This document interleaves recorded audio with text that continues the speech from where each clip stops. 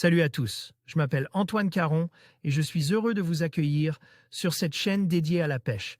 Ici, je partage des astuces sur la pêche, le choix des appâts et des leurres, et j'aide également les débutants. Abonnez-vous pour rester toujours au courant. Et maintenant, passons au sujet du jour.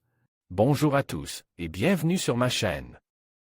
Aujourd'hui, je vais vous parler d'une technique passionnante pour pêcher la truite, la pêche au leurre souple. Dans cette vidéo, je vais vous montrer comment utiliser cette méthode efficace pour maximiser vos chances de succès lors de l'ouverture de la saison. Je partagerai avec vous des conseils pratiques, des astuces sur le choix des leurres et des techniques de lancer. Que vous soyez débutant ou pêcheur expérimenté, vous trouverez des informations utiles pour améliorer votre expérience de pêche. Alors, préparez vos cannes, et c'est parti! La majorité des pêcheurs rencontrés au bord de l'eau, le jour de l'ouverture de la pêche de la truite sont des pêcheurs au appât naturel. Les pêcheurs au leurre ne sont pas légion.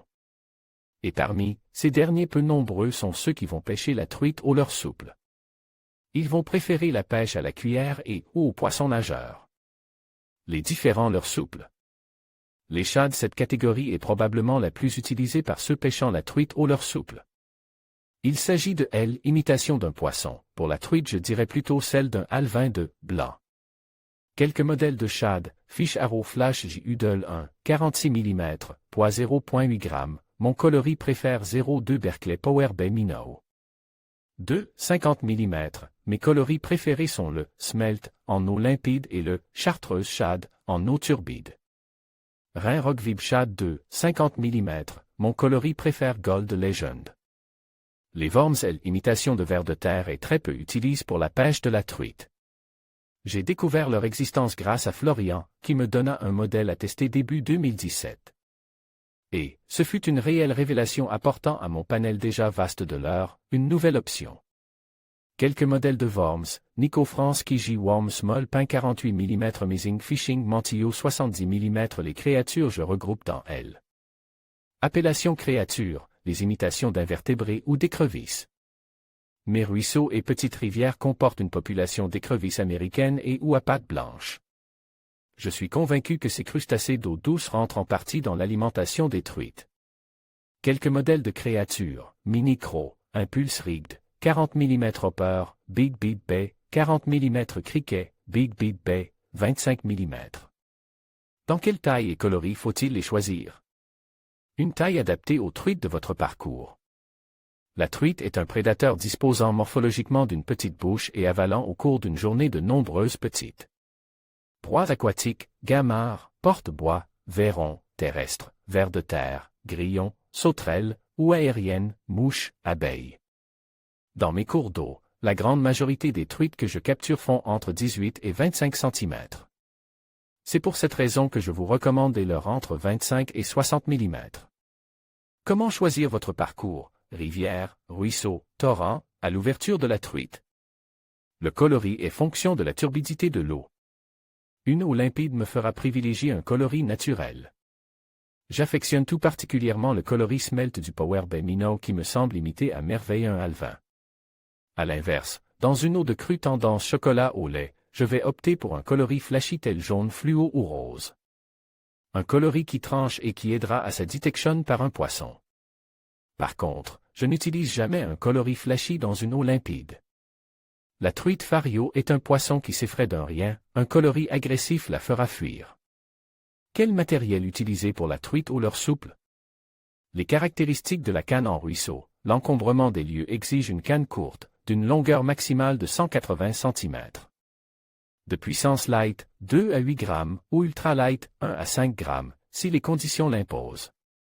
En petite rivière, soit celle dont la largeur fait moins de 10 mètres, la canne pourra être un peu plus longue jusqu'à 210 cm. La puissance sera une light, 2 à 8 g. L'action se devra d'être faste pour disposer d'une sensibilité et ainsi bien ressentir la touche. Il ne faut surtout pas utiliser un modèle conçu pour pêcher la truite à la cuillère. Leur action, régulière, n'est pas adaptée pour la pêche au leurre souple.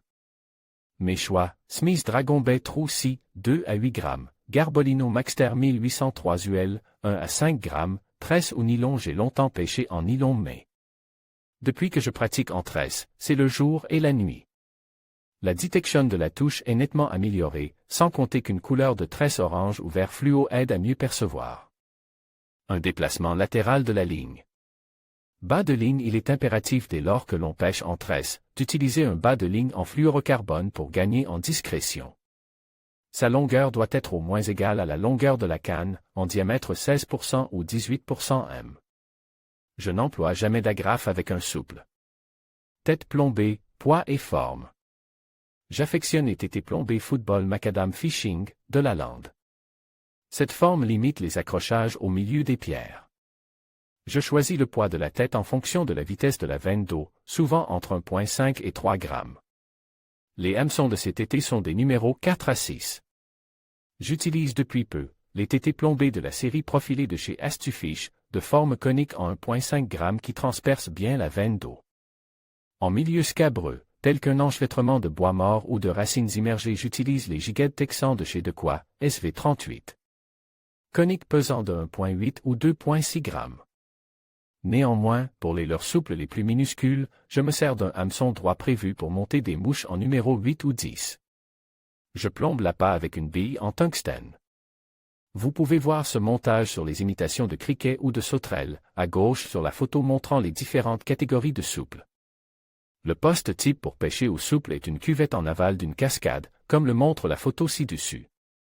L'approche un point fondamental lorsqu'on traque la truite, tenez-vous en retrait, agenouillé ou accroupi pour vous dissimuler à la vue des truites. Il est possible sur ce poste de prendre du poisson partout, afin de la cuvette, dans le profond, dans le pied de chute de la cascade. Et sans oublier les bordures de part et d'autre de la fosse. Les plus beaux sujets se tiendront dans le fond de la cuvette, d'autant plus si elle comporte des blocs rocheux synonymes de cache. Quelle animation du leurre souple? Je n'anime pas mon leurre, je le dépose en amont du poste que je vise et laisse le courant l'emporter dans la veine d'eau que je souhaite explorer, m'efforçant de le faire évoluer au plus près des caches. Je corrige si nécessaire pour qu'au lancer suivant, le leurre soit porté par la bonne veine là où je souhaite l'amener. Mon animation est plus proche de ce que fait un pratiquant au toc qu'à une pêche en lancer ramené. Je n'hésitais pas à faire des pauses, 1 à 5 secondes, sur le substrat pour décider un poisson suiveur et timide, et je ne compte plus les truites prises ainsi. Il m'arrive aussi de déposer mon montage dans une zone calme, tel un remous derrière une belle pierre, en laissant l'appât, le leurre, immobile devant la cache. S'il y a une truite, il ne faut pas attendre longtemps pour qu'elle se décide à attaquer mon montage. Dans une petite rivière et plus encore dans un ruisseau, les postes sont réduits et l'animation s'impose d'elle-même par une maîtrise. Des dérives, ce qui oblige à bien lire l'eau. La pêche en lancer ramené ne peut se faire que dans de rares situations. Il n'y a pas de saison pour pêcher au souple, mais néanmoins c'est une technique qui convient parfaitement au mois de mars. À cette époque de l'année, les poissons se tiennent dans les zones profondes et à la vitesse d'écoulement faible à modérée.